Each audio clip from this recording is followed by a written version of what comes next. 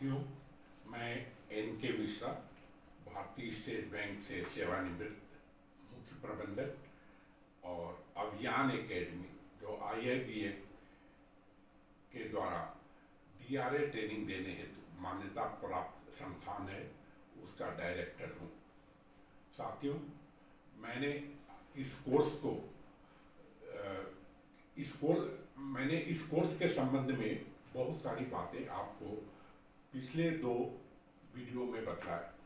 मैं आपको अभी ऋण वसूली एजेंट क्या है, इसका अर्थ क्या है और विधिक पहलू क्या है, इसके संदर्भ में मैं एक संक्षिप्त जानकारी दूंगा। वैसे ऋण वसूली एजेंट, इसका अर्थ और विधिक विनियामक ढांचा के संबंध में हमारी जो ऋण वसूली के संबंध में हैंडबुक है, उसके अध्याय नंबर 12 में विस्तृत विवरण दिया गया है। हम आपको ये बतलाना चाहते हैं कि एजेंट की स्थापना जो होती है, कोई आदमी किसी दूसरे के लिए जो एजेंसी नियुक्त करता है, तो उसका विवरण जो है इंडियन कॉन्ट्रैक्ट एक्ट में दिया गया है।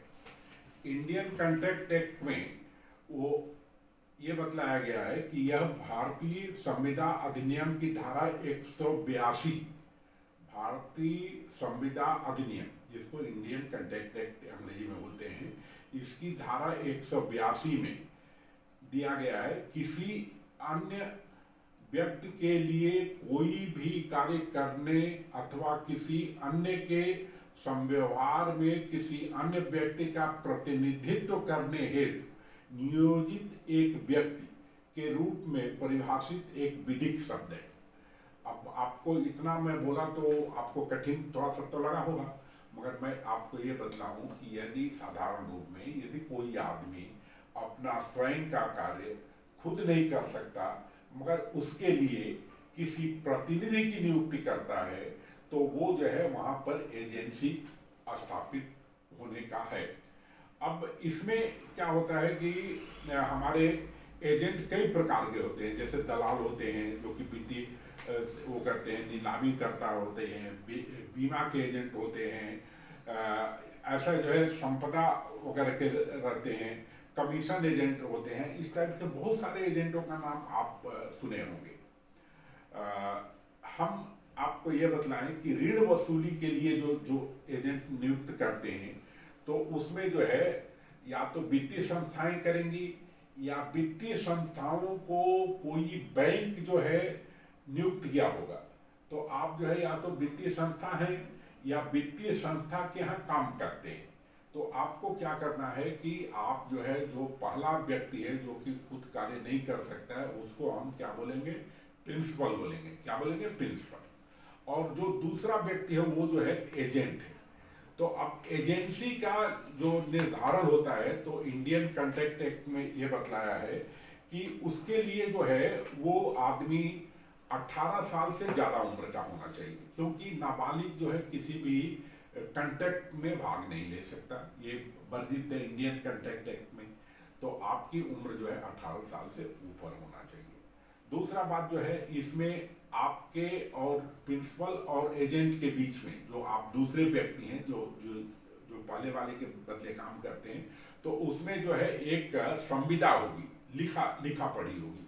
अब वो लिखा पढ़ी में जो है 8-10 बातें जो है इंडियन कॉन्ट्रैक्ट में एक्ट में बहुत ही विस्तृत रूप से दिया गया है ना, जिसमें कि 2 पक्षकार हैं, एक प्रधान है और दूसरा जो है एजेंट है।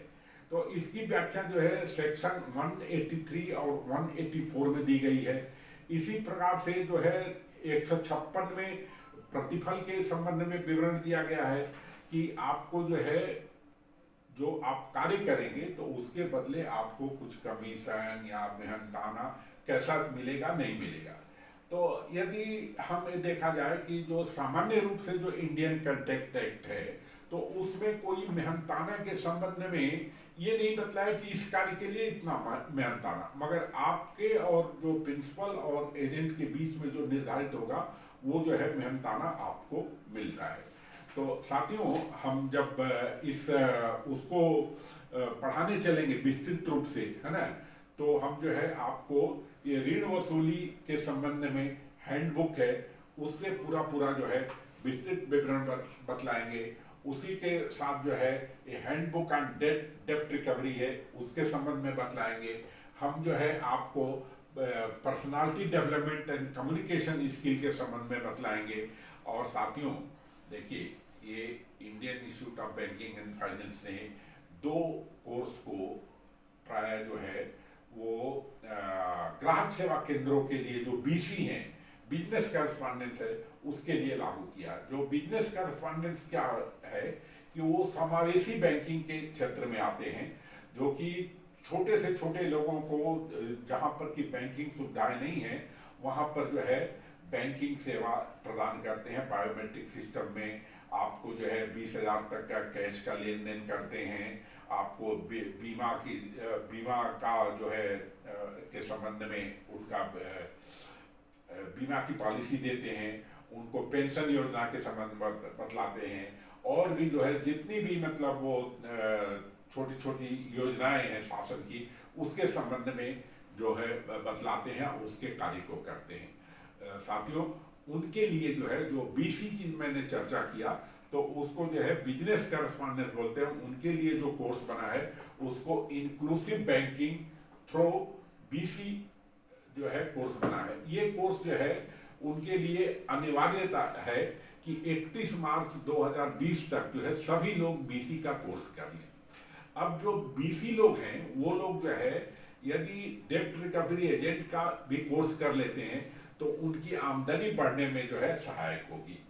साथियों, हमारे जो बीसी लोग हैं जो समावेशी बैंकिंग में काम करते हैं, उनका चैनल जो है बहुत ही अच्छा है।